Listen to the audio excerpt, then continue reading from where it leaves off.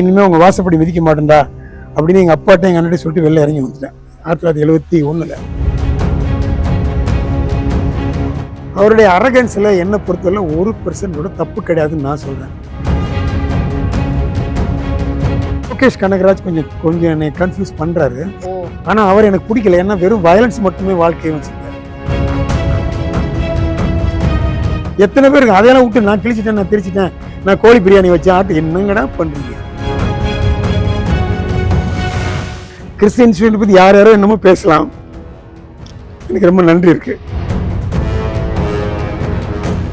நீங்க வந்து போட்டோகிராஃபி வீடியோகிராஃபில நல்லாவே பண்ணிட்டு இருந்தீங்க. அண்ட் ஆல்சோ டைரக்டர் பாக்கியராஜ் மற்றும் பூர்ணிமா அவங்களுடைய வெட்டிங் கூட நீங்க தான் பண்ணீங்கன்னு கேள்விப்பட்டோம். அண்ட் அவங்களுக்கு மட்டும் இல்லாம உங்க வெட்டிங்கே நீங்களே பண்ணீங்களா? எப்படி பண்ணீங்க? என் கல்யாணத்துல நான் தாலி கட்டுற போது வேற ஒருத்தர் படம் எடுக்க சொன்னேன். மத்தபடி எல்லாம் நீங்களே நானே பாத்துக்கிட்டேன். என் கல்யாணத்துக்கு அடுத்த நாளே நான் இங்க பிளைன்ல பறந்து வந்து வீடியோ எடுக்க ஆரம்பிச்சிட்டேன். கல்யாணத்துக்காக நான் லீவ் எல்லாம் போட்டு ஒரு வாரம் இருந்தெல்லாம் கிடையாது. முதல் நாள் போனேன், எங்க அப்பா எங்க அக்கா எல்லாம் ரெடி பண்ணி வச்சிருந்தாங்க. அடுத்த நாள் கல்யாணத்துக்கு மாப்பிள்ளையே போனேன், தாலியை கட்டினேன், என் ஒய்ஃபை கூட்டிக்கிட்டு அடுத்த நாள் மத்தியான பிளைன்ல இங்க வந்துட்டேன் திருச்சியில ஏறி. ஸோ நான் செய்யும் தொழிலே தெய்வம். கல்யாணத்துக்காக ஒரு வாரம் உட்காந்துருந்தேன்லாம் அந்த மாதிரி சோம்பேறித்தனம் கிடையாது. வேலை கொடுக்கணும், எனக்கு வேலை இருந்தால் சந்தோஷம். ஸோ நான் வேலை பார்த்துக்கிட்டே இருக்கணும் சாகிற வரைக்கும் அப்படிங்கிறது தான் என்னுடைய நோக்கம். ஆக்டிவா இருக்கணும், எனக்கு யாராவது வேலை கொடுக்கணும், மென்டலா பிசிக்கலா வேலை இருக்கணும். அண்ட் இவரு கே பாக்கியராஜ் பூர்ணிமா அவங்க வெட்டிங் அது என்னன்னா, எனக்கு பூர்ணிமா ரொம்ப வருஷமா ஃப்ரெண்டு. நான் சின்ன பையனா இருக்கல இருந்து ஃப்ரெண்டு. பாக்கியராஜ் சார் சும்மாவே என் மேல கொஞ்சம் மரியாதை உள்ளவர். ஸோ கல்யாணம்னு அவங்க எனக்கு தான் ஃபோன் பண்ணாங்க. நாராயணன் வந்துரு இதுல கருமாரியம்மன் கோயில்னு சொல்லிட்டு நான் தான் அந்த டிவி எல்லாம் வச்சு எல்லாம் பண்ணேன். இன்னைக்கு என்னோட நல்ல பிரியமா இருக்காங்க. பாக்கியராஜும் பூர்ணிமாவும் எங்க வீட்டு கல்யாணத்துக்கு வந்தாங்க, ஊருக்கு எல்லாரும் வந்தாங்க, சுவாசினி எல்லாருமே வந்தாங்க. சூப்பர். அண்ட் நீங்க சொன்னீங்க உங்களுடைய தயாரிப்புல சின்ன டிவி சின்ன திரையிலயும் வந்து ஷோஸ் எல்லாம் பண்ணிருக்கீங்கல்ல. சோ கவுன் பனேகா, குரோபதி, அப்புறமா மகாபாரத டப்பிங் அதெல்லாம் எங்களுக்கு பெரிய நல்ல பேர் கொடுத்தது. அதுக்கு நான் நன்றி சொல்ல வேண்டியது மகேந்திரன் அப்படிங்கிற ஒரு ஆளு. ஓகே. அதுக்கப்புறம் சுரேஷ் ஐயர்லாம் இருந்தாங்க. பட் மகேந்திரன் இப்படி கமல் சாட் இருக்கார்ல, அவர் வந்து மாபெரும் எனக்கு ஆரம்பத்தில் சப்போர்ட்டு. அவருக்கு நான் சப்போர்ட் பண்ணியிருக்கேன். ஸோ என் மேலே ரொம்ப பிரியமா இருக்கக்கூடிய என்னை மதிக்கக்கூடிய ஒரு மனுஷன் அந்த மகேந்திரன். அந்த மகேந்திரனால எனக்கு ரொம்ப நல்லது நடந்திருக்கு. என்னால் அவருக்கு நல்லது நடந்திருக்குன்னு அவர் சொல்லுவார், நான் கேட்டிருக்கேன். ஸோ நாங்கள் 2 பேருக்கும் ஒரு பெரிய ராப்போ இருக்கு. We are always very very very concern about Mahendran. எனக்கு வந்து மகேந்திரன் ஒய்ஃப் எல்லாம் என் மேலே அவ்வளவு ஒரு பிரியம் இருக்கு. அவருடைய ஒய்ஃபோட தங்கச்சி கூட ஒரே நாளில் வேலை வாங்கி கொடுத்தேன் நான். அது கடவுளாக பார்த்து பண்ண ரூட். அதெல்லாம் நான் பெரிய என் சாமர்த்தியம் இல்லை. ஒரே நாள் தான் மகேந்திரன் கூப்பிட்டாரு, அடுத்த நாள் வேலை வாங்கி கொடுத்துட்டேன். அந்த மாதிரி ஒரு சில பேருக்கு சில விஷயங்கள் ஃப்ரீக்வன்சி ஒர்க் அவுட் ஆகும்ல. அந்த மாதிரி எனக்கு மகேந்திரனுக்கு எப்பவுமே ஒரு நல்ல ஃப்ரீக்வன்சி உண்டு, அது இருக்கும் என்னைக்கும். நாங்க ரெகுலரா சந்திக்கிறது இல்ல. எல்லாமே சூப்பர் டூப்பர் ஹிட் ஓரளவுக்கு. அதாவது என்ன, மகாபாரதம் வந்து மாபெரும் ஹிட். இன்ஃபேக்ட் ஹிந்தியை விட தமிழ்ல மாபெரும் பேரு. அதுக்கு காரணம் வந்து எங்க அக்கா பையன் மகேஷ்னு சொல்லிட்டு அவர் தான் எல்லா வேலையும் பார்த்தாரு. பாலான்னு ஒருத்தர் எழுதினாரு. இவங்க ரொம்ப வேலை பார்த்தாங்க, ரொம்ப புக்கெல்லாம் வாங்கி ரெஃபர் பண்ணி எல்லாம் பண்ணி. அந்த மகேஷ் வந்து ரொம்ப கெட்டிக்காரன். லண்டன்ல நான் தான் படிக்க வச்சேன் அந்த பையனை. ஸோ அவங்களால தான் இந்த இது வந்து இவ்வளவு பெரிய ஹிட் ஆனதுக்கு அவங்க காரணம். எனக்கு பேக் பண்ணது மகேந்திரன் அண்ட் சுரேஷ் ஐயர். அப்ப அதாவது அது ரெண்டாவது விஜய் டிவில யார் யார் ஹெட்டா வந்தாங்களோ அவங்க எல்லாருமே என் மேல பெரிய மரியாதை வச்சிருந்தாங்க. அதாவது நம்ம டக்குன்னு வித்யாசாகர், அப்புறம் ரவி, எல்லாருமே ஒரு ரொம்ப என் மேல பெரிய மரியாதை. அவங்க இந்த ஒர்க்கை நம்ம நம்பி கொடுத்தாங்க, நம்ம பையன் நல்லா எக்ஸிக்யூட் பண்ணி பண்ணாங்க. கவுன் பனேகா குரோபதியும் அப்படிதான். நாங்கள் வந்து 5-6 வாய்ஸ் டெஸ்ட் பண்ணி நெல்லல் ரவியை கடைசியாக நாங்கள் ஃபிக்ஸ் பண்ணோம். பாரதி ராஜாலாம் ட்ரை பண்ணோம், கரெக்டாக மேட்ச் ஆகும் வாய்ஸ்ன்னு. இப்போ ரவி வந்து ரொம்ப ஃபிட் ஆகிட்டாரு. அதனால ரவிக்கு ரொம்ப சந்தோஷம். அது நல்ல, அதுவும் நல்ல பேர் வாங்கிச்சு. Okay, super. சின்ன திரையும் சரி வெள்ளி திரையும் சரி கலக்கின ஒரு நபர், நீங்க கலக்கிட்டு இருக்கக்கூடிய ஒரு நபர். அண்ட் உலக நாயகனோட மறுபடியும் காம்போ ஸ்டார்ட் ஆகும்னு சொன்னதுல எங்களுக்கு செம ஹாப்பியா இருக்குது. அதே போல சூப்பர் ஸ்டாரோட அது ட்ரீமா எனக்கு தெரியாது, அதெல்லாம் நடக்குமா எனக்கு தெரியாது. முதல்ல என் கையில பணம் இருந்ததுன்னா நான் போவேன், இல்லைன்னா பணம் இல்லாம யார்ட்டையும் அப்ரோச் பண்ண மாட்டேன். அது வர்ற அன்னைக்கு பார்க்கலாம், அது ஒன்றும் பிரச்சனை இல்லை, வரும், வர்ற அன்னைக்கு பார்த்துக்கலான்னு இருக்கேன். அண்ட் தளபதியை பத்தி நீங்க என்ன மாதிரியான ஒரு பாண்டிங் இருக்குன்னு சொன்னீங்க. அப்படியே அவருடைய அந்த பக்கம் பாத்தீங்கன்னா தலை அப்படி சொல்லுவாங்க, ஏகே. சோ அவரோட ஒரு சின்ன ஒரு மனஸ்தாபத்திலேயே இருக்கே, அது சரியா? சின்ன ஸ்தாபம் இல்ல, அது பெருசு. ஓகே, அவனே இந்த மணிரத்னத்தை கிழிச்ச மாதிரி அவனே நாரா போட்டு கிழிச்சு எடுத்துட்டேன். இவ்வளோ ப்ரூஃப் கொடுத்ததுக்கப்புறம் உளறிட்டே தருவான் நான் தான் ஜென்டில்மேன். அவன் ஜென்டில்மேன் கிடையாது அப்படிங்கிறத இப்போ நான் ப்ரூவ் பண்ணிட்டேன். ஏன்னா என்கிட்ட செக்கெல்லாம் இருக்குது, அந்த டிராஃப்ட் நம்பர் எல்லாம் இருக்குது, அது கமிஷனோட வாங்கி கொடுத்துருக்கேன் அவனுக்குங்கிறதெல்லாம் இருக்குது. ஒரு நாளைக்கு வருவான் பார்ப்போம். அதெல்லாம் அவன்லாம் எனக்கு அவனும் ஒரு மனுஷன் இல்லை, இவனை மாதிரி தான் அவனும். அவன்லாம் மனுஷனா வரமாட்டான். மனுஷன் வேற, நம்ம வந்து அவர் கூட வேலை செய்யறவங்களுக்குலாம் வந்து தனியா அது வேணா இப்போமா சூர்யாவோட செக்ரட்டரி இருக்காரு தங்கதுரைன்னு சொல்லிட்டு, வெரி டிரான்ஸ்பரண்ட், வெரி ஸ்ட்ரைட்டு. இப்போ மித்தவங்கள்ட்ட இருக்கிற செக்ரட்டரிலாம் அவ்வளோ நல்லா இருக்காங்களா எனக்கு தெரியாது. அவங்க வந்து முதலாளி தான் முக்கியம்னு தான் பார்ப்பாங்களே தவிர எதிராளிக்கு அவங்க எந்த விதமான சப்போர்ட்டும் பண்ண மாட்டாங்க. அவங்க நம்ம ஃபுல்லாக குறை சொல்ல முடியாது, பிகாஸ் அவங்களுக்கு வேலை காலி ஆகிடும்ல. நான் உங்கள்கிட்ட வேலை பார்க்குறேன் செக்ரட்டரியா, உங்களுக்கு எகென்ஸ்டாக நான் வேலை பார்க்க முடியுமா? நியாயம் இல்லை. அதனால வி கேன் நாட் அவங்கள வந்து குறை சொல்ல முடியாது நம்மளால. ஃபைனலி ஒரு படத்தினுடைய வெற்றியா இருக்கட்டும் இல்ல தோல்வியா இருக்கட்டும், அதுக்கு காரணம் யாருன்னு நினைக்கிறீங்க? முக்கியமா வந்து ஒரு டைரக்டர். ஓகே, அவர் ஒழுங்கா ப்ரெசென்ட் பண்ணாருன்னா யாரு குப்பை நடிச்சாலும் படம் ஓடும். அதுல ஸ்டஃப் இருந்து எல்லாம் இருந்ததுன்னா.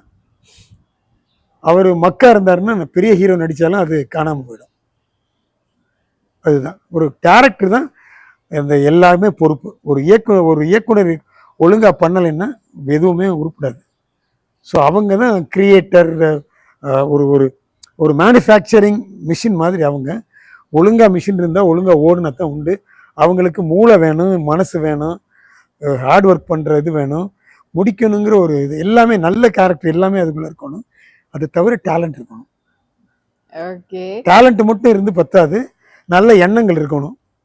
அவனுக்கு நல்ல எண்ணத்தோட நல்லா இருந்தானுங்கன்னா படம் ஒழுங்கா பண்ணா ஓடும். ஓகே, இதை பத்தி பேச மாட்டேனான்னு நீங்க நிறைய இடத்துல சொல்லியிருக்கீங்க. பட் ஸ்டில் ஒரு அவால கேட்கறேன் நானு, இளையராஜா அவர்கள் இப்ப பண்ணக்கூடிய விஷயம் சரியா தவறா, இல்லைன்னா அவரை பத்தி என்ன சொல்ல விருப்பப்படுறீங்க? இளையராஜா வந்து எல்லாரும் வந்து அவர் அரகண்ட்னு சொல்றாங்க. அவருடைய அரகன்ஸ்ல என்ன பொறுத்தவரை 1% கூட தப்பு கிடையாதுன்னு நான் சொல்றேன். ஏன்னா அவர் சாதனையை எவனாலையும் கிட்டக்க கூட போக முடியாது. ரைட் தானே? ஸோ அவருடைய வயசு, அதாவது ஒரு மனுஷனுக்கு ஓரளவு வயசுக்கு அப்புறம் அவங்களுக்கு வந்து தன்னால் ஒரு ஒரு ஏதாவது என்ன ஆகும்னா, தன்னுடைய தன்னம்பிக்கையில் ஒரு சின்ன செட்பேக் வரும். ஒரு பையனோட முரண்பாடு, ஒரு ஆளோட முரண்பாடுன்னா தேவ் ஆல்வேஸ் பின் வின்னிங்.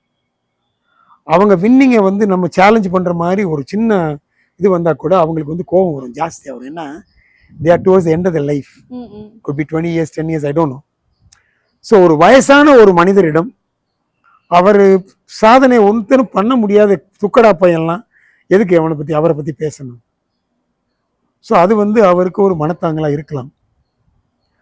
அதனால அவருடைய அரகன்ஸை வந்து எவனுக்குமே குறை சொல்கிற அளவுக்கு சாதனையாளனும் கிடையாது, அவனுக்கு அருகதை கிடையாது. அவன் எவனா இருக்கட்டும், நான் அவன்னு தான் சொல்லுவேன். கிட்டக்க அவன் ஹிந்தி ஃபீல்டில் இருக்கட்டும், இங்கிலீஷ் ஃபீல்டில் இருக்கட்டும், எந்த லாங்குவேஜில் இருக்கட்டும், உலகம் பூரா அவருக்கு நிகர் அவரே. அப்படியே வந்து ஒரு மனுஷருக்கு அரகன்ஸ் இருக்கிறது தப்பு கிடையாது. அவருடைய கிளைம் ரைட்டா தவறா அப்படிங்கிறது அது கோர்ட்டில் இருக்கு. அதை நம்ம வந்து சொல்லி அவரையோ இல்லை எதிராளியோ புண்படுத்தவோ இல்லை அவங்க நம்ம சைடு எடுக்கவோ we have no business to interfere. அதனால் நம்ம வேலையை நம்ம பார்ப்போம், அவங்க வேலையை அவங்க பார்த்துப்பாங்க. ராஜா சாருக்கு எப்படி டிஃபெண்ட் பண்ணணும்னு அவருக்கு தெரியும், அவர் பார்த்துக்குவார். இவங்களுக்கு எப்படி கேஸ் நடத்தணும் இவங்களுக்கு தெரியும், இவங்க பார்த்துப்பாங்க.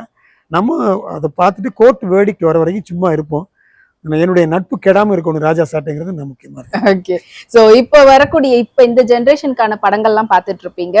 கரண்ட்ல இருக்கக்கூடிய ட்ரெண்டிங் டைரக்டர்ஸ்ல யாருடைய ஒர்க் உங்களுக்கு ரொம்ப பிடிச்சிருக்கு, நான் ப்ரொடியூஸ் பண்ணா இவங்களை வச்சு டைரக்ட் பண்ணணும்னு ஆசைப்படக்கூடிய ஒரு நபர்? லோகேஷ் கனகராஜ் கொஞ்சம் என்னை கன்ஃபியூஸ் பண்றாரு. ஆனா அவர் எனக்கு பிடிக்கல. ஏன்னா வெறும் வயலன்ஸ் மட்டுமே வாழ்க்கையை வச்சிருக்காரு. மனிதனுடைய வாழ்க்கை வயலன்ஸ் கிடையாது. நம்ம புத்தரா இருக்க வேண்டாம், நீ அதுக்காக வயலண்டாகவும் இருக்க வேண்டாம். அதனால ஒருத்தன் கேஸ் போட்டான் கோர்ட்டில் அவரை. வயலண்டாகவும் எடுத்துட்டு இருக்கியா, உங்க என்னடா உன் மனசுல என்னதான் நினைச்சிட்டு இருக்க? அதாவது நம்ம வந்து ஒரு மீடியாவில் இருக்கோம், பவர்ஃபுல் மீடியாவில் இருக்கோம். நம்மளால சொசைட்டிக்கு எதாவது நல்லது பண்ண முடியுமா அப்படிங்கிறதை கொஞ்சமாவது யோசிக்கணும். நம்ம வந்து ஜெயிக்கணும், காசு சம்பாதிக்கணும், அஜித்குமார் மாதிரியே இருக்கக்கூடாது. காசை நீ சம்பாரி, அப்போ கொஞ்சமாவது நீ இறங்கி வரணும். இவங்க செட்டியார் என்ன பண்ணுவாங்கன்னா, சம்பாதிக்கிற காசுல ஒரு பகுதியை தமிழுக்காக செலவு பண்ணுவாங்க, ஒரு பகுதியை சிவபெருமான் கோயிலுக்காக செலவு பண்ணுவாங்க, ஒரு பகுதியை அன்னதானத்துக்கு செலவு பண்ணி சத்திரம் கட்டுவாங்க.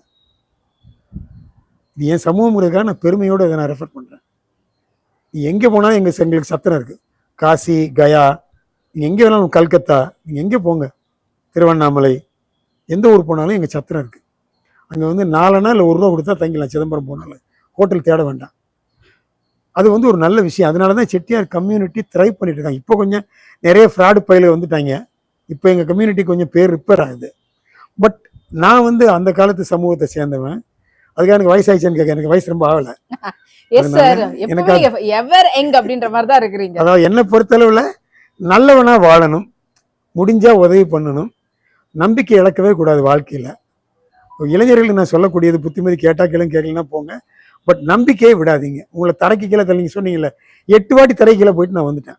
8 வாட்டி தரைக்கு கீழே, தரைக்கு மேலே இல்லை, கீழே போயிட்டு. அப்போ கீழே போயிட்டோம்னா எங்கே கீழே பாட்டம் டச் பண்ணா தண்ணி என்ன ஒன்று உங்களை மேலே தூக்கி விட்டு. இப்போ ஒரு கடலில் போய் நீங்கள் பாட்டத்து போயிட்டீங்கன்னு வச்சுங்க, நீங்கள் ஒன்றும் பண்ண வேண்டாம், அது தன்னால மேலே தரல. அந்த மாதிரி வாழ்க்கையில் நம்பிக்கையோடு இருந்தால் என்னத்தை வேணாலும் சாதிக்கலாம். அது எனக்கு இந்த வாட்டி கொஞ்சம் வாழ்க்கை கொஞ்சம் கீழே ரொம்ப தள்ளிடுச்சு, கொஞ்சம் மேலே வர லேட் ஆகுது, பட் மேலே வந்துடுவேன். அதனால தெர் இஸ் ஆல்வேஸ் ஒரே ஒரு ரூட்டு தான். நீங்கள் பாட்டத்துக்கு போனீங்கன்னா மேலே வர்றது மட்டும்தான். அதனால மேலே வர முடியும் அப்படிங்கிற நம்பிக்கையோட எல்லாரும் வாழுங்கன்னு நான் சொல்லுவேன். சூப்பர். சோ இப்ப இருக்கக்கூடிய டைரக்டர்ஸ் அப்பப்ப நீங்க சொல்லல, அது கேள்விக்கு பதில் வரல இன்னும். ஓகே, இப்போ அவர் வந்து குழப்பறாரு கொஞ்சம், ஏன்னா வயலண்டா எடுத்து காலி பண்றாரு எல்லாரையும். எனக்கு என்னமோ தோணுது கௌதம் மேனன் தான் இருக்கிறதுல பெஸ்ட் அப்படின்னு. நீங்க ஒர்க் பண்ணவங்க இல்லாம சொல்லணும். நான் இல்லாம சொல்லணும்னா எனக்கு யார் அந்த பையன் நல்லா பண்ணியிருந்தாரு, ஜெயிலர் படத்தை, நெல்சன். Fantastic screen play. அதாவது யாரை எங்க காஸ்ட் பண்ணணும். இப்போ நீங்க கேட்டீங்களா சிவகுமார் சீரியல் எடுத்தோம், அது காஸ்டிங் வந்து கண்ணதாசனோட சன்னு கண்மணி சுப்புங்கிறவர். அந்த சீரியல் பார்த்தீங்கன்னு வச்சுங்க, பிரில்லியண்டா இருக்கும். அது அவார்டு வாங்கிச்சுக்கிறதுலாம் அடுத்த பிரச்சனை. ஒவ்வொரு கேரக்டரும் எல்லா புது நடிகர்கள் கரெக்டாக உட்காருவாங்க. அதெல்லாம் நான் தூக்கி போட்டு இல்லைன்னா யூடியூப்ல அது பெரிய பாப்புலராக இருந்திருக்கும். ஓகே, ஸோ அந்த மாதிரி காஸ்டிங் பண்ணார் பாருங்க, சூஸ் பண்ணி. எப்பா இந்த ரோலுக்கு வந்து சிவராஜ்குமார், புனித் ராஜ்குமார், இந்த ரோலுக்கு இவன், அந்த ரோலுக்கு அவன் சுனில், அப்படி எல்லாரையும் வந்து அந்தந்த லாங்குவேஜில் எடுத்து அதை போட்டு அதை பண்ணார் பாருங்க. அதுக்கு தகுந்த மாதிரி ஒரு எபிசோடு வச்சு அந்த சீக்வன்ஸை பண்ணி I like him a lot. I think he will go a long way நினைக்கிறேன். தெரியல அப்புறம் அவருக்கு அடுத்த படம் கிடைச்சதா கிடைக்கல எனக்கு தெரியாது. But I rate him very high. I was very impressed. Fantastic director. நான் படம் பார்த்து அடுத்த வெளியில வந்த உடனே சன் டிவிக்கு தான் ஃபோன் பண்ணேன், படம் சூப்பர் டூப்பர் ஹிட் ஆகும் அப்படின்னு. அடுத்த நிமிஷம். அதுக்காக நம்மளுக்கு ஒன்றும் அவங்க செலவைக்க போறது இல்லை, ஒன்றும் பண்ண போறது இல்லை. பட் என்னுடைய கடமை, எனக்கு வேண்டிய ஒரு சேனல், அவங்க வந்து ஒரு படம் எடுத்திருக்காங்க, அந்த படம் பிரில்லியண்டா எடுத்திருக்காங்க. இதுக்கு முன்னால எத்தனையோ படம் எடுத்தாங்க, இந்த படம் வந்து கிழிச்சு மார்க்கெட்டை கிழிச்சு தொங்க விட்டுருன்னு பண்ணிடுச்சு. எனக்கு ரொம்ப சந்தோஷம். என்னுடைய கணிப்பு கரெக்டா இருந்தது, அவ்வளவுதான். சோ நீங்க சொன்னதுனால இந்த ஒரு விஷயத்தையும் கேட்கலாம்னு ஆசைப்படுறேன். விஜய் உங்களுக்கு ரொம்ப நெருக்கமானவர். சோ அவர்கிட்ட நீங்க பிரமிக்கக்கூடிய ஒரு விஷயம், இல்லைன்னா யாருக்கும் தெரியாத ஒரு விஷயம் சொல்லணும்னா என்ன சொல்லுவீங்க? ஒரு சின்சியரிட்டி டுவர்ட்ஸ் ஒர்க்குமா, ஒரு தன்னையே அப்படியே வந்து அர்ப்பணிச்சுக்கு வர அந்த வேலையில. யாரா இருந்தாலும் நீ எப்போ இந்த வேலையில உன்னை அர்ப்பணிச்சுக்கிறியோ, செய்யும் தொழிலை தெய்வம்னு, உனக்கு ஒரே வழி மேலதான். ஸோ தன்னுடைய டெடிக்கேஷன், அவருடைய சின்சியரிட்டி, ப்ளஸ் அவருடைய கொஞ்சம் நல்ல எண்ணங்கள் அவருக்கு இருக்குன்னு எனக்கு தோணுது. ரொம்ப யாரும் கெடுக்க வேண்டிய அவசியம் இல்லை அவருக்கு. அந்த மாதிரி நல்ல எண்ணங்கள் இருக்கிறதுனால அப்பா சொல்றது ஆரம்பத்தில் ஒழுங்கா கேட்டாரு. அதாவது அப்பா வந்து ஒழுங்கா அவரை கைட் பண்ணி கொண்டாந்து ஒழுங்கா கேட்டார். இதெல்லாம் அவர் பண்ண நல்ல விஷயங்கள். இப்ப முரண்பாடு இருக்கலாம், அது ஓகே. முரண்பாடு எல்லார் வீட்லயும் தானே இருக்கு. 25 வயசான பையன் அப்பா சொல்றது 30 வயசுல கேட்கறது இல்லை. யார் வீட்டுல இல்லை, வீட்டுக்கு வீடு வாசப்படி.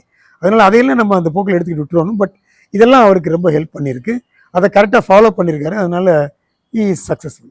ஓகே, விஜய் பத்தி கேட்டதுனால அஜித் அவர்களை பத்தியும் யாருக்கும் தெரியாது இந்த ஒரு விஷயம். அதனாலதான் என்ன நான் வந்து அவ்வளவு. அவரு என்ன நினைக்கிறாருன்னா, அவர் என்ன கிளைம் போட்டுக்குவாருன்னா, அவர் தானா செல்ஃப் ப்ரோக்ளமேஷன் போட்டுக்குவாரு. நான் ஜென்டில்மேன், நான் வந்து யாருடைய சப்போர்ட் இல்லாமல் சினிமாவில் கிழிச்சிட்டேன் திரிச்சிட்டேன்னாரு. Okay right. சிவாஜி சார் யார் சப்போர்ட்ல வந்துருமா? கமல் சாருக்கு யாரு பேக் பண்ணாங்க சினிமாவில்? யாருமா? ரஜினிக்கு யார் அவங்க அப்பா அம்மா இருந்தாங்களா? யாருக்கு அப்பா அம்மா இருந்தாங்க? யாருக்கு அண்ணன் தம்பி இருந்து ஹெல்ப் பண்ணாங்க? ஒருத்தருக்கும் இல்லை. இவருக்கு இருந்திருக்கலாம், யாரு அந்த விஷாலுக்கு. அந்த மாதிரி ஒருத்தர் 2 பேர் இருக்கலாம். கார்த்திக்கு அவங்க அப்பா இருந்தார் முத்துராமன். வேற யாருக்கு இருந்தா? இவர் என்ன கிளைம் போட்டுக்கிறாரு, பெரிய நானே சாதிச்சேன். என்னடா சாதிச்ச நீ? உன்ன மாதிரி 100 பேர் இருக்காண்டா நாட்டுல. ஹிந்தியில இருக்கான், இந்த மித்த லாங்குவேஜ் எல்லா லாங்குவேஜ்ல இருக்கான். சிரஞ்சீவிக்கு என்ன சப்போர்ட் இருந்தது அவர் வர்ற போது? எத்தனை பேர் இருக்கு? அதையெல்லாம் விட்டு நான் கிழிச்சிட்டேன், நான் திரிச்சிட்டேன், நான் கோழி பிரியாணி வச்சேன், ஆட்டு என்னங்கடா பண்றீங்க? நாங்கள் ஒருத்தன் சமைப்பேன், எனக்கு பிரியாணி பண்றது இல்லை, ஏன்னா நான் ஆடு மாடு வெட்டுறது இல்லை. யார் வேணாலும் பொண்டாட்டிக்கு சமைக்கலாங்க, அதுல என்ன தப்புன்னு இருக்கு? இல்லை இருக்கிற யூனிட்டுக்கு சமைக்கலாம். நாங்கள் சவுத் ஆப்பிரிக்காவில் இது பண்ணோம், ப்ரோக்ராம் பண்ணோம். என் மனைவி நானும் தான் ப்ரோக்ராம் இது பண்ணோம், சமையல் பண்ணோம், எல்லா சிங்கருக்கும். இதுல என்ன இருக்கு பெரியது? நீ என்ன பெரிய உலகத்தை ஒருத்தனை ஏன்டா நீ ஆர்டிஸ்டாக இருந்தால் சமைக்கக்கூடாதா? அடுப்பு கருத்தில் நீ சாப்பிட்றீல்ல, போய் தானே அவனுக்கு சமைச்சு சமையல்கிட்ட ஒரு நாளைக்கு. அது நல்ல பொண்ணு பாவம் ஷாலினி, நீ சமைச்சு கொடு அந்த பொண்ணுக்கு. இதில் என்ன இருக்குது? உனக்கு வந்து அது ஸ்ட்ரெஸ் பஸ்டர். ஸோ உன்னுடைய டென்ஷனை வந்து குறைக்குது அது. ஸோ நல்ல காரியம். அதே எதுக்கு நீ கிளைம் போடுங்க, நான் பண்ணிட்டேன், நான் ஜென்டில்மேனாக சமைக்கணுமே, அதெல்லாம் தேவையில்லை. ஜென்டில்மேனாக உன்னுடைய நடத்தையில் நீ ப்ரூவ் பண்ணு. வாங்கின பணத்தை கொடு, வாங்கினதுக்கு ப்ரூஃப் கொடுத்தா அவனை பேசு, கூப்பிட்டு பேசு. நீ ஏன் மனிதனை மாதிரி பறிஞ்சு ஓடுற? கண்டுக்கிட்டு சுரேஷ் சந்திரா அதுக்கு ஓடுறான் என்னை பார்த்து. ஏன்டா அந்த மாதிரி பண்ணுறீங்க? எல்லாம் ஒரு நாளைக்கா மனுஷனை மாறுங்கடா சாகிறதுக்குள்ள. வாங்கினது உண்மையா இல்லையா ப்ரூவ் பண்ணு. நான் ப்ரூவ் பண்ணிட்டேன் கொடுத்தது உண்மை என்ன இல்லைன்னு. நீ ப்ரூவ் பண்ணிட்டீங்கன்னா நான் வாய் மூடி சும்மா இருக்க போகிறேன். எத்தனை பேர் என்ன சேலஞ்ச் பண்ணி, எத்தனை பேர் நான் திட்டுறேன். எவனா இன்னைக்கு சேலஞ்ச் பண்ணணும் பார்த்தீங்களா? நேற்று கூட ஒருத்தர் கேட்டார், ஏன்ப்பா உன்னை ஒருத்தர் சேலஞ்ச் பண்ண மாட்டேன்றானே, வரட்டுப்பா வந்தால் கொஞ்சம் சுவாரஸ்யமாக இருக்கும் சேனலுக்குன்னு. சரி, இவனுங்க தப்பு பண்ணிட்டு அப்புறம் ஒருத்தர் என்ன நீங்க பண்ண முடியாது? தப்பு பண்ண வாய் மூட்டி தான் போகணும். சோ ஃபிட்னஸ் ஃப்ரீக் நீங்க அப்படின்னு தெரியும். சோ அதனால தான் நீங்க வந்து அப்படியே வாக்கிங் ஜாகிங் அப்படி பண்ணிட்டு வந்ததுமே வந்து ஒரு இப்போ வரைக்கும் எப்படி சார் அந்த ஃபிட்னஸ் மெயின்டைன் பண்றீங்க? நான் என்னென்ன பசிச்சா மட்டும் தான் சாப்பிடுவேன், பசியிலாம் சாப்பிட மாட்டேன். ஓகே. முடிஞ்ச அளவு காருக்குள்ள ஏற மாட்டேன். வீட்லயோ ஆஃபீஸ்லயோ ஏர் கண்டிஷன் யூஸ் பண்ண மாட்டேன். ஓப்பன் டெரஸ்ல தான் உட்காந்துருப்பேன். வீட்லயும் எல்லா ஜன்னும் திறந்து விட்டுருவேன். என் மனைவி என்னை சத்தம் போடுவாங்க, என்னங்க வீடு திறந்தே வச்சுக்கிட்டே நான் எப்படி ட்ரெஸ் பண்றது? வீட்டில் கண்ணாடி இருக்கும், கதவெல்லாம் திறந்து போட்டுருவேன். காலையில 6 மணிக்கு திறந்தேன்னா ராத்திரி 9 மணிக்கு தான் மூடுவோம் வீட்டை. இப்ப நாங்க வரும்போதே நாங்க ஆச்சரியப்பட்ட ஒரு விஷயம், இவ்வளவு பெரிய ஒரு தயாரிப்பாளர், நாங்க நினைச்சோம் ஏசி ரூம்ல உட்காந்துட்டு இருப்பீங்க அப்படின்னு நினைச்சா, நீங்க பாட்டு அப்படியே ஃப்ரீயா இயற்கை காத்துல உட்காந்துட்டு இருக்கும் போது பாக்குறதுக்கு அப்பா எப்படிப்பட்ட மனுஷன் அப்படின்ற மாதிரி தான் இருந்தது. நல்லா காத்து வருதா இல்ல உங்களுக்கு? ஆமா, நல்லா காத்து வருது. இதோட என்ன வேணும் வாழ்க்கையில? Super sir. அண்ட் உங்களை பார்த்ததுமே முதல்ல ஒரு விஷயம் சொல்லணும்னு நினைச்சது என்னன்னு பாத்தீங்கன்னா, ரஜினி சார் சொன்ன ஒரு வாக்கியம் தான். அது அவருக்காக சொன்னாரு, ஆனா அது உங்களுக்கு ஆப்டா பொருத்தமா இருக்கக்கூடிய ஒரு வரி. என்னன்னு பாத்தீங்கன்னா, நான் வந்து யானை கிடையாது, குதிரை, எத்தனை வாட்டி விழுந்தாலும் மறுபடியும் எந்திரிச்சிடுவேன்ட்டு. அதேதான் நீங்களும் சார். எப்படி என்ன இதுவாகி நீங்க விழுந்தாலுமே மறுபடியும் பாத்தீங்கன்னா அப்படி எகிரி அப்படி இருந்து உட்காந்து ஓகே அப்படின்ற மாதிரி அடுத்து போய்கிட்டே இருக்கிறீங்க. அது உண்மையாலே உங்ககிட்ட இருந்து நாங்க எல்லாம் லேர்ன் பண்ண வேண்டிய ஒரு விஷயம் சார். ரொம்ப நன்றி. ரொம்ப உங்க இவ்வளவு புரிஞ்சிருக்கு, ரொம்ப சந்தோஷமா இருக்கு எனக்கு. உங்களுடைய கெரியர்லயே வந்து ஒரு உங்களுக்கு நல்ல ஒரு பேர் வாங்கி தந்த படம் அண்ட் நஷ்டம் இல்லாம போன ஒரு படம் பாத்தீங்கன்னா ஐ திங்க் கூலின்னு நினைக்கிறேன். ஆமா. சோ அப்படிப்பட்ட அந்த கூலி படத்தினுடைய டைட்டில் ரஜினி சார் படத்துக்கு அவங்க கேக்குறாங்கன்னு ஃபர்ஸ்ட் நீங்க என்ன யோசிச்சீங்க? நான் தான் சொன்னேன், யோசிக்கிறதே இல்லை. உதவி அப்படின்னு வந்துட்டா உடனே பண்ணுவேன். அது யார் கேட்டிருந்தாலும், இப்போ சன் பிக்சர்ஸுங்கிறதுனால அதை விட வேகமா எனக்கு வந்து சன் பிக்சர்ஸ் எனக்கு வந்து நிறைய ஹெல்ப் பண்ணியிருக்காங்க. ஸோ என்னுடைய கடமை வந்து பொதுவாகவே கேரக்டரே உடனே ஓகே சொல்றது, எதுவுமே ஃபர்ஸ்ட் பண்ணிக்கிறது இல்லை. யோசிக்கிறேன், அப்புறம் சொல்றேன், இப்படின்னு சொல்றேன், அதெல்லாம் கிடையாது.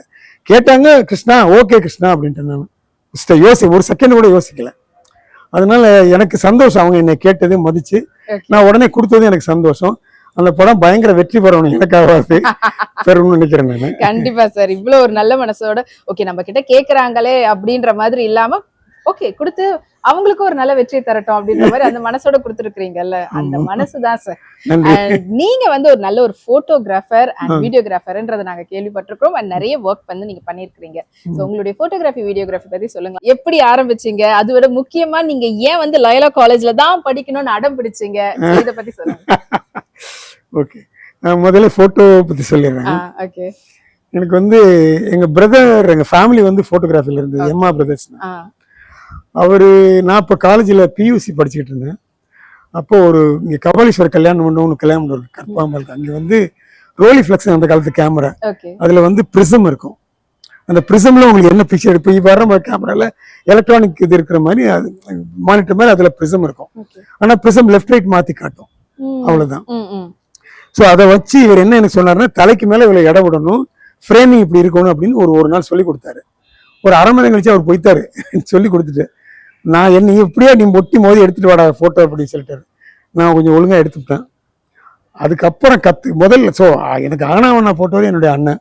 பட் அதுக்கப்புறம் நானே முட்டி மோதி எல்லாம் கத்துக்கிட்டு வந்துட்டேன். ஸோ அப்படிதான் என்னுடைய போட்டோகிராஃபி ஆரம்பிச்சது. பட் அந்த போட்டோகிராஃபி இருந்தது எனக்கு பல விதங்கள்ல பின்னால உதவுச்சுங்கிறது நான் மறக்க முடியாது. அந்த போட்டோகிராஃபியில வந்து பேசிக்ஸ் நான் வந்து புக்கு படித்தேன். நான் ரொம்ப படிக்கக்கூடிய ஆள் கிடையாது, குமுதானந்தோட தவிர எதுவும் படிக்க மாட்டேன். ஒஸ்ட் ரீடர் நானாக தான் இருப்பேன். ஆனால் இதை படிப்பேன். இந்த புக்கு மட்டும் பேசிக்காக நான் என்ன பண்ணேன், டெலிவிஷனுக்கு வர்றபோது என்னோட கிளாஸ்மேட்டு கிஷோர் குமார் கோகுல்தாஸ்னு ஒருத்தர் இருந்தார். அவர் எப்படின்னா எந்த பிஸ்னஸ் பண்ணாலும் அதை பற்றி ஆழமாக தெரிஞ்சுக்கிட்டு தான் உள்ளே போவார். நான் வந்து எதுவுமே தெரிஞ்சுக்காம தான் உள்ளே போவேன். அப்படியே கான்ட்ராஸ்டிங் கேரக்டர். அவர் தான் என்னை சொன்னார், டே 2 பேரும் பிஏ எக்கனாமிக்ஸ் படிக்கலாம்டா அப்படின்னு. நான் வந்து டாக்டருக்கு படிக்க ட்ரை பண்ணேன். நம்ம ஊரில் நல்லவனுக்கெல்லாம் சீட் கொடுக்க மாட்டாங்க. ஸோ அதனால் எனக்கு கிடைக்கல. நான் நல்லதாக போச்சு. ஸோ டாக்டராக படிச்சிருந்தா நிறைய பேர் ஆப்ரேஷன் பண்ணி கொண்டு போனேன்னு தெரியல. ஸோ என்ன ஸோ டக்குன்னு லாயலால போய் பிகாம் சேர்ந்துட்டு நானும் அவன் ஒன்றை தான் படித்தோம். அப்போ வந்து 65 பக்கம் எழுதுவான் எக்ஸாமில் ஆன்சரு. எனக்கு 30 பக்கம் வரக்குள்ள மூக்கெல்லாம் பிதிங்கிடும். ஏன் என்னடா பண்ணுறா கிஷோர் அப்படின்னு கேட்டால் சொல்லுவான், டேய் இப்படி எழுதுறான்னு ஸ்பேஸ் விட்டு எழுதியிருப்பான். அப்படி எழுதுனா தானே நிறைய மார்க் வரும் அப்படின்னு. அதை 30லேருந்து 40 வர்றதுக்குள்ளே எனக்கு மூக்கெல்லாம் பிதிங்கிருச்சு. என்னால் முடியலன்னு வைங்களேன். அப்புறம் வந்து பிஏ முடிச்சுட்டோம் 2 பேரும் சேர்ந்து. எனக்கு 6வது ரேங்க், அவனுக்கு 2வது ரேங்க். இதெல்லாம் படித்து முடிச்சோடனே அப்போது நாங்கள் வந்து சரி இப்போது அவன் சொல்கிறான் எம்ஏ எக்கனாமிக்ஸ் சேரலான்டானா. எனக்கு படிக்கிறது போர் அடிக்குதுடா, முடியலடா அப்படின்னு. சேச்சே வாடா அப்படின்னு சொல்லி என்னை கொண்டு சேர்த்துட்டான். அப்போ படிச்சுக்கிட்டு இருக்கல எம்ஏ படிக்கல, என்னால் முடியலன்னு டிஸ்கன்டினியூ பண்ணிட்டேன். அப்போ எனக்கு எங்கள் பிரதருக்கும் ஒரு சின்ன மன சங்கடங்கள் வந்துருச்சு. வந்துட்டேன், டே இனிமேல் உங்கள் வாசப்படி மிதிக்க மாட்டேன்டா அப்படின்னு எங்கள் அப்பாட்ட எங்கள் அண்ணன் சொல்லிட்டு வெளில இறங்கி வந்துட்டேன். 1971 தனியாக பஸ்ஸில் ஏறி 12B ஏறி இங்கே வந்து இறங்கிட்டேன் மயிலாப்பூரில். அப்போ எங்கள் வீடு இங்கே பக்கத்தில் இருந்தது. எங்கள் அம்மாட்ட வந்து சொன்னேன், இந்த மாதிரி இவனுங்க ரொம்ப என்னை போட்டு வதைக்கிறானுங்க, முடியல சாமி, நானே இனிமேல் பார்த்துக்கிறேன்னு சொல்லிட்டு. அப்போ எனக்கு முகமது தாகிர்னு ஒரு ஃப்ரெண்ட் இருந்தார், என்னோட ஒன்றா படித்த ஒரு காலேஜில். நானும் அவரும் பொண்டாட்டி புருஷன் மாதிரி க்ளோஸ் ஃப்ரெண்ட்ஸு. எல்லாரும் நக்கல் பண்ணுவானுங்க காலேஜ்ல. சண்டையே வராது எங்களுக்குள்ள. என்ன வேணாலும் பண்ணுவான், நான் அவனுக்கு என்ன வேணாலும் பண்ணுவேன். இன்ஃபேக்ட் அவன் பெரும் பணக்காரன், நான் ரொம்ப சாதாரண ஆளு. அவனுக்கு நான் காசு கொடுப்பேன். ஆனா அவனுக்கு சாப்பாடு கொடுப்பேன். அவனுக்கு கெஞ்சி அவனுக்கு சாப்பிடுறதுக்கு மத்தியானம் சாப்பாடு எங்க வீட்டுல இருந்து வரும் கேரியர்ல. ஏன்னா எங்க அக்கா எல்லாம் என்ன மேல ரொம்ப பிரியம், அதனால வீட்டுல இருந்து அனுப்புவாங்க லோயலா காலேஜுக்கு. இங்க இருந்து ட்ரெயின் ஏறினா லோயலா காலேஜ் ஒரு 8வது ஸ்டேஷன் வேணுமோ நுங்கம்பாக்கம். ஸோ ஒரு அம்மாட்ட தான் சாப்பாடு அனுப்புவாங்க பியூசி படிக்கல எல்லாம். நானும் அவனு ரொம்ப ஃப்ரெண்ட்ஸு. அவனுக்கு எங்களுக்கு சாப்பாடு ரொம்ப பிடிக்கிறதுனால நானும் அவனு ஒன்னால சாப்பிடுவோம். அப்படி இருக்கிற காலத்துல போய் காலேஜ் முடிச்சிட்டோம். இப்போ அவன் பிகாம் படிச்சான், நான் பிஏ படித்தேன். பிகாம் கிளாஸ்ல போய் எட்டி பார்ப்பேன், எல்லாம் கத்துவானுங்க, டேய் வந்துட்டான் அவன் ஃப்ரெண்டு அப்படின்னு காலேஜில். ஸோ அப்படி க்ளோஸாக இருந்தோம். அப்போது அப்புறம் பிடிச்சான். அவன் முடிச்சுட்டு அவன் வந்து நல்ல பிஸ்னஸ் பண்ண போயிட்டான். ஏன்னா பணக்கார பையன், அவனுக்கு வசதி இருந்தது. நான் இங்கே டோல் அடிச்சுக்கிட்டு இருந்தேன். ஆனால் என்ன பெரிய அட்வான்டேஜ் எனக்குன்னா, காலேஜில் வந்து நான் தான் ரொம்ப மோஸ்ட் பாப்புலர் பர்சன். அதாவது ஒரு இந்த ஃபாதர்ஸ் ரெசிடென்ஸ்னு ஒன்று தெரியுமா உங்களுக்கு? எல்லா காலேஜ்லாம் எப்படி இருக்காங்க, எவனும் உள்ளே போக முடியாது, யாரும் உள்ளே போக முடியாது. ஸ்ட்ரிக்டாக இருப்பாங்க, ரெஸ்ட்ரிக்டட் ஏரியா. அந்த ஏரியாவுக்குள்ளே நான் எனி டைம் வாக்கின் பண்ணலான்னா பார்த்துங்க. அப்போ எவ்வளோ தூரத்துக்கு எனக்கு என் மேலே ஃபாதர்ஸ் வந்து என் மேலே எவ்வளோ அன்பு வச்சுருந்தாங்க. அதாவது என்னென்னா, ஃபாதர் குரியாக்கோஸ் எனக்கு வந்து முதல்ல ஃபாதர் ஃப்ரான்சிஸ் தான் பிரின்சிபல். அதுக்கப்புறம் ஃபாதர் குரியாக்கோஸ்னு வந்தாருமா. 2 பேரும் என் மேலே கணப்பிரியம்மா. கணப்பிரியன்னா நான் வந்து சீட்டு யாருக்கு வேணாலும் வாங்கலாம். வருஷத்தில் போயிட்டு எத்தனை பேர் நான் ஹெல்ப் பண்ணியிருக்கேன் அவங்க இருந்தபோது, பிரின்சிபலாக இருந்தபோது. என்னென்னா நான் நல்ல ஃபோட்டோ எடுப்பேன். இப்போ இந்திரா காந்தி எங்கள் காலேஜுக்கு வந்தாங்க. அது வந்து 50th year 100th year golden jubilee something ஃபேட் பண்ணிட்டேன். நான் தான் எல்லா ஒர்க்கும் பண்ணேன் கம்ப்ளீட்டாக. இது ஃபில்ம் எடுத்தது, ஃபோட்டோ எடுத்தது எல்லாமே. ஃபாதர் குரியாக்கோஸ் சொல்லிட்டாரு, எப்பா நீ நாராயண்ட்ட விட்டுருன்ட்டாரு. தமிழ் ரொம்ப புரோக்கனை தான் பேசுவார். ஸோ அந்த மாதிரி என் மேலே ரொம்ப ஒரு இது அக்கறையாக இருப்பாங்க. நானும் ரொம்ப இதாக இருப்பேன். எனக்கு வந்து கியூவே கிடையாது லோயலா காலேஜில். பால்ராஜ்னு ஒரு பியூன், அவர் என்ன பண்ணுவாருன்னா, இவ்வளோ 10 பேர் நிற்பான் அட்மிஷனுக்கு. நான் போன உடனே சல்யூட் வைப்பான், சார் வந்துட்டீங்களா வாங்கன்னா. என்ன பால்ராஜ் நான் பண்ணுவேன், சும்மா இருங்க சார், உள்ள ஒரு ஆள் இருக்காரு, வந்தோடனே இந்த கேட்டு உள்ள போயிருங்க சார்மா. லோயலா காலேஜில் இவ்வளோ ஸ்ட்ரிக்டாக உள்ள காலேஜில் எனக்கு வந்து தனி என்ட்ரி, எவ்வளோ பெரிய கௌரவமா. ஸோ கிறிஸ்டியன் ஸ்டூடெண்ட் பற்றி யார் யாரோ என்னமோ பேசலாம், எனக்கு ரொம்ப நன்றி இருக்கு. இன்னைக்கு ரொம்ப அதாவது ஒரு மதிச்ச என்னை வளர்த்த ஒரு இன்ஸ்டியூட் வந்து லோயலா காலேஜ் தான். சினிமா எப்படி சார் கத்துக்கிட்டீங்க? சினிமா வந்து சின்ன பிள்ளையா இருக்கையிலேருந்து காசை களவாண்டு சினிமா போகிறது நான் சொன்னேன்.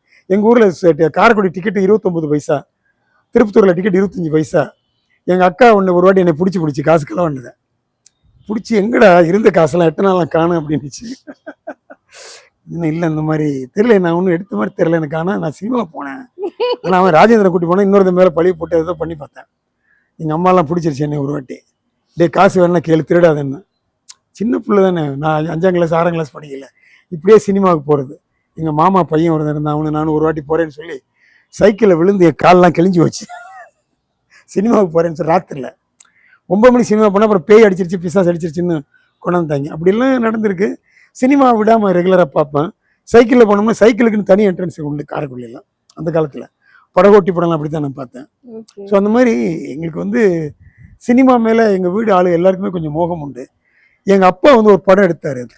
இந்த நாம் இவங்க அந்த காலத்து நாதஸ்வரத்தான் பேர் மறந்துட்டேன். அப்போ 1.5 லட்ச ரூபா செலவு பண்ணி எடுத்தாங்க பெரிய படம். அந்த படம் ஓடலை.